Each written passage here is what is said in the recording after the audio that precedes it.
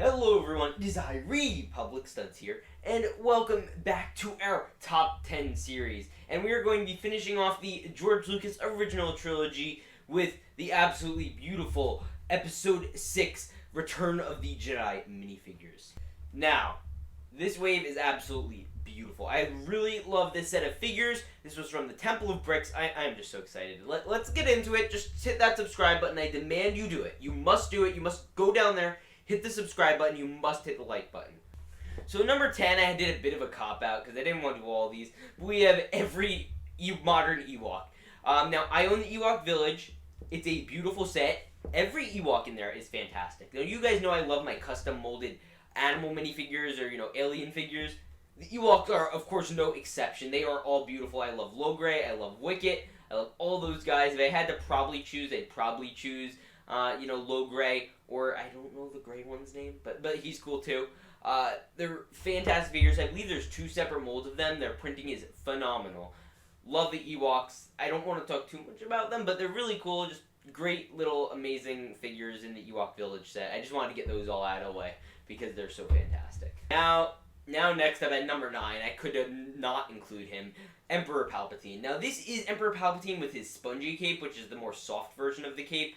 This came out back in 2016. It came out in about 3 different LEGO sets after that. It's a fantastic figure, first of all. I love the way they did the face print. It's a fantastic print. Probably the best they've done of Palpatine, period.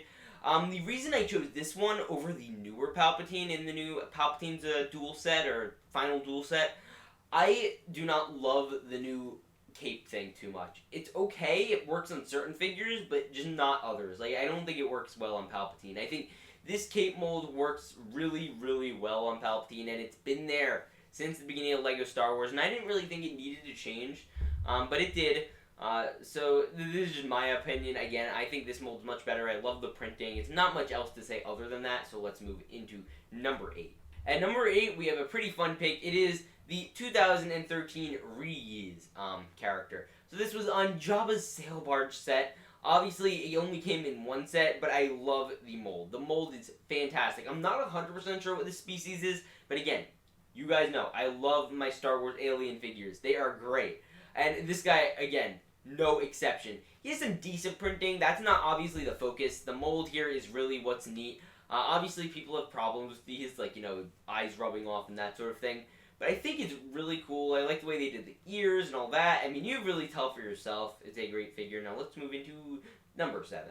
Number 7, I have a somewhat controversial pick. It was between this Leia and the Endor Leia with her, little shawl. But this one is Princess Leia with her loose hair Endor appearance.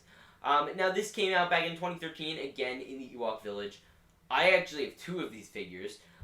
It is a beautiful figure. So you get 2 alternate face prints to start with. I love that about this figure. You also get a beautiful hairpiece. I love this hairpiece. The rubber, it's just a fantastic hairpiece. I love the braids on it. I believe it is unique to this figure. The torso and legs are fantastic. The legs even have printing, which not many people know because it's covered up by this beautiful, customly cut, I don't even know what to call that, dress, I think.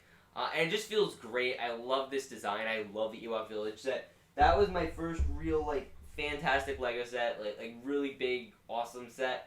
And I'm so happy I got it.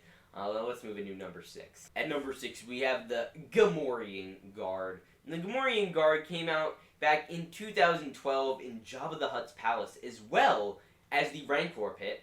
Now, this guy is beautiful. Now, again, my alien boys out there. He has nice little leg printing, but that's not the focus. The focus here is I believe they're called cheese board molds. That's the same mold they use on Chewbacca and the Ewoks, where you just kind of slide it over, even SpongeBob. But this guy's great. I love the pig. Someone made a terrible comparison where this is like what Kermit and Piggy's child would look like. Someone's going to take that clip I just said out of context. Whatever. It looks fun. I really do enjoy this figure, and I think it's great. Now, let's move into number 5. Now, at number 5, we have, ladies and gentlemen, it is officially confirmed to be Commander Rex. Now, this figure did come back in 2015, so LEGO didn't actually know they were making Commander Rex at the time, but now, as of recently, obviously within the last 5 years, Dave Filoni has indeed confirmed that this Rebel soldier that LEGO based this model off of is Captain Rex, making Captain Rex a original trilogy character, which is epic. He's a prequel trilogy and an original trilogy character, which is great. So first off, I love these Endor troopers either way, so I'd have them here if it was Captain Rex or not.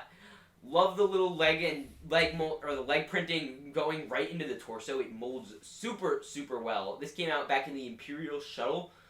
I love that set, the original Imperial Shuttle. I have it right there. It is beautiful. I love it. Obviously, the blue shirt under it looks fantastic. I've actually gone in and made my own. I put some 501st arms on it just to, make it look extra, extra special. Up we have Han Solo from Endor, and Endor Han Solo. This one is fantastic. So what they did here essentially is they took like the regular Han Solo you got, say, in the Microfighter Falcon in 2015, and they basically printed over that a like jacket. They gave him his like trench coat, if you will. It looks so cool. I have this figure. It is one of my favorite Han Solos. I think the only way this really could have gotten better is if they had the new hair piece at the time, which they didn't, which kind of stinks. But this Imperial Shuttle figure was absolutely gorgeous. I absolutely love it, and it is really, really underrated. Like, one of the most underrated figures, probably. I love it. It is so cool. Now let's move into number 3. At number 3, we have Boushh, or Boushh Princess Leia. Now, this figure is really cool. I remember watching a review of Jabba the Hutt's palace back in 2014, and I remember the Brix show talking about how great this one is, and they aren't even around anymore now. But this came out back in 2012 in Jabba the Hutt's palace. Fantastic figure. The printing on it is superb. The headpiece for Princess Leia is obviously great. You got an alternative, hairpiece. You also got a thermal detonator with this. You got a gun. The real attraction here, again, that beautiful, beautiful helmet. That helmet is insane. It was, like, for a 2012 figure, that is, like, unheard of. 2012, like, they were okay figures, but that Jabba the Hutt's palace, man, that thing carried some weight. Now, again, it's absolutely beautiful. I love the hill figure. I love the helmet. I think it's pretty darn expensive nowadays, but I really would like to have one some point in my life. It is just so cool. Now, let's move into number 2.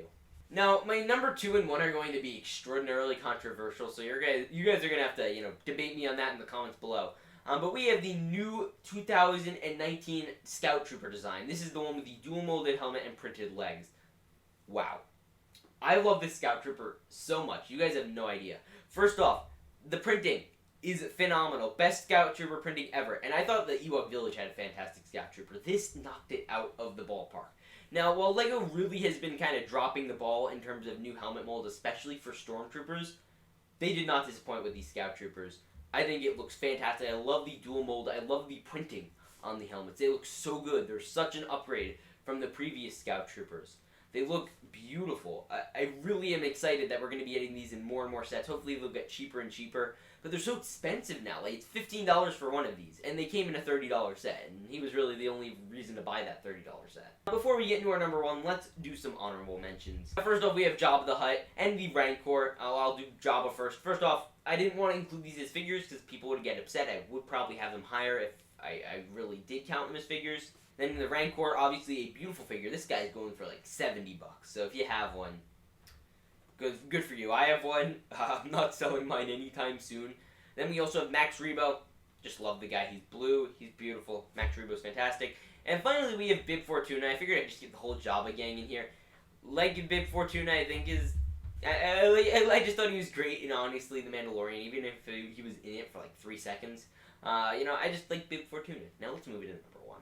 Now at number 1, the 2020 version of Darth Vader. Yes.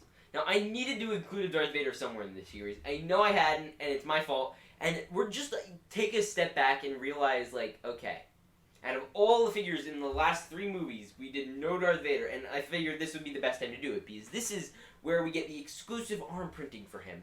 Now, this first came out back in 2020 in the final dual set. It looks fantastic.